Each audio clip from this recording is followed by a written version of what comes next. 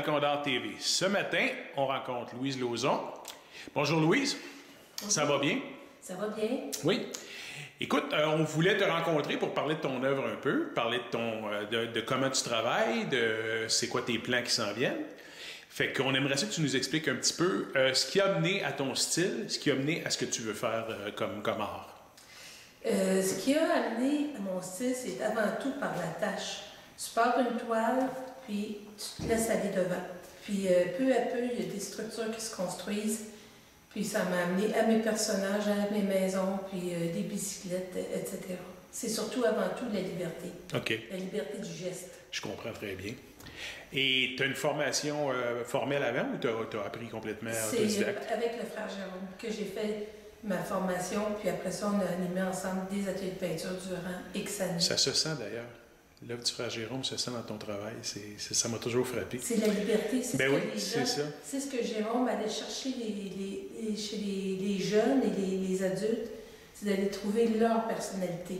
Il y a tellement d'artistes qui lui doivent énormément à cause de ça. Il y avait une approche qui était justement une sorte de liberté. Il y avait une approche dans ça. On est de la même époque. Moi, j'ai quand même rencontré plusieurs fois. Là, puis tu avais une approche didactique qui était complètement différente de ce qu'on apprenait ailleurs. Oui. C'était vraiment, les gens arrivaient à l'atelier, c'était salir du papier. C'est ça. Chercher plus loin. Après ça, il y avait une revision.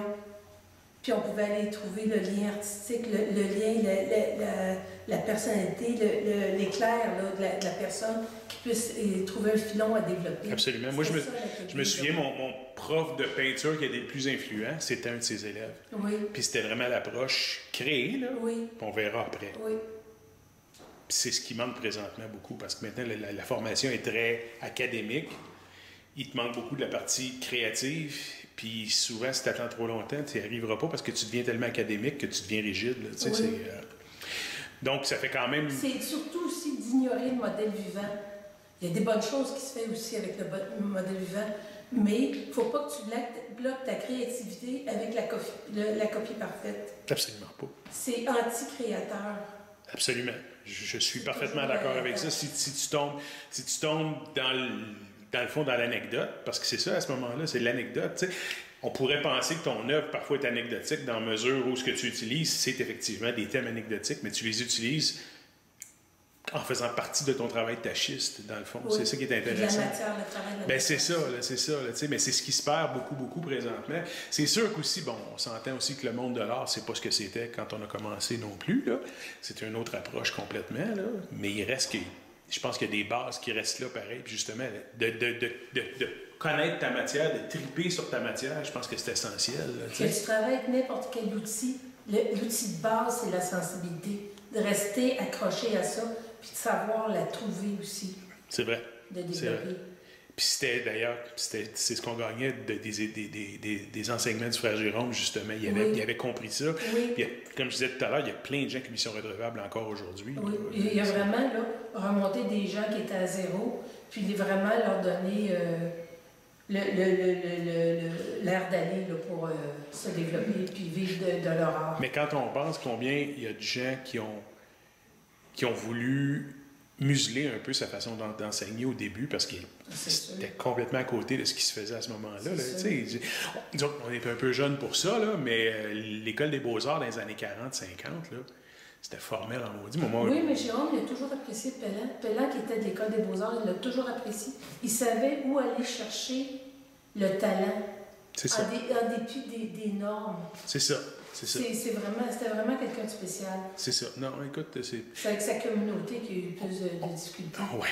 C'est ça. On tombe dans une autre aventure, là. Ça n'a rien à voir avec l'art rendu là. C'est autre chose, là, mais il reste que il y a des gens qui m'ont dit que c'est une grande perte quand il est parti, mais à l'âge qu'il était rendu, il avait fait ce qu'il avait à faire. Oui. Je pense qu'on doit juste se souvenir du bon. Oui. On ne doit pas voir ça comme une perte, au contraire. Je pense qu'il y a plein de jeunes de notre génération qui en ont profité. Puis comme je dis, c'est dommage qu'il n'y ait personne pour faire ça aujourd'hui. Oui. Ça fait combien d'années que tu fais de la peinture?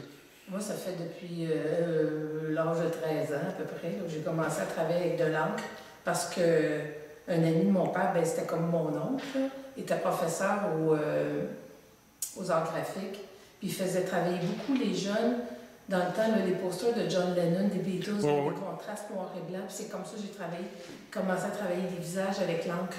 Puis là, ben, là, c'est parti. C'est le fun, l'encre. Ah, C'est un médium trippant. oui. C'est C'est beaucoup, beaucoup, beaucoup. Les gens pensent que c'est limitant, mais ça ne l'est pas du tout. Au contraire, j'aime beaucoup travailler en monochrome comme ça.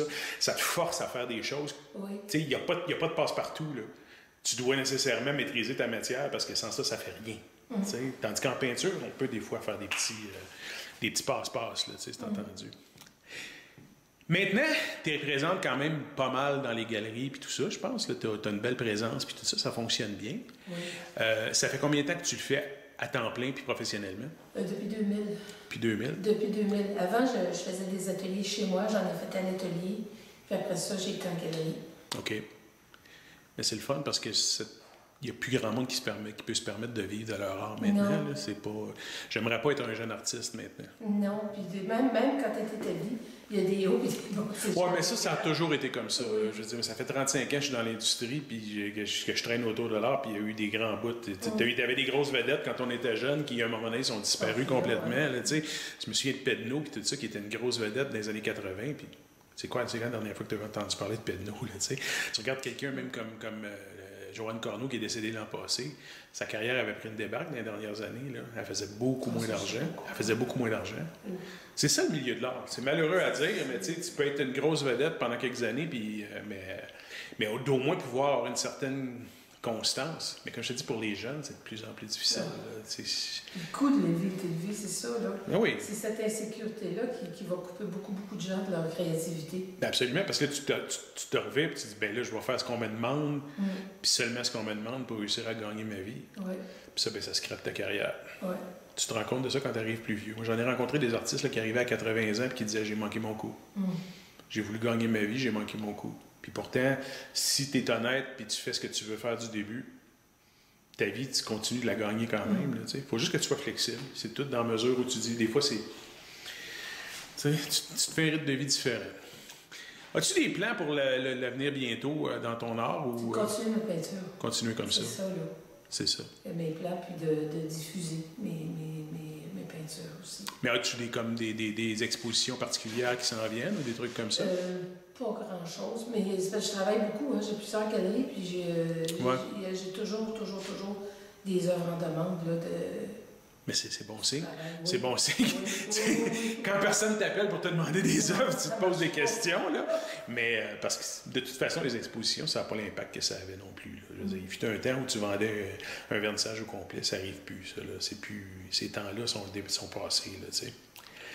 Ça fait maintenant pas loin d'une dizaine d'années que tu es avec nous autres? Plus que ça. Ça fait depuis à peu près 15 ans. Ça fait déjà 15 ans? Oui.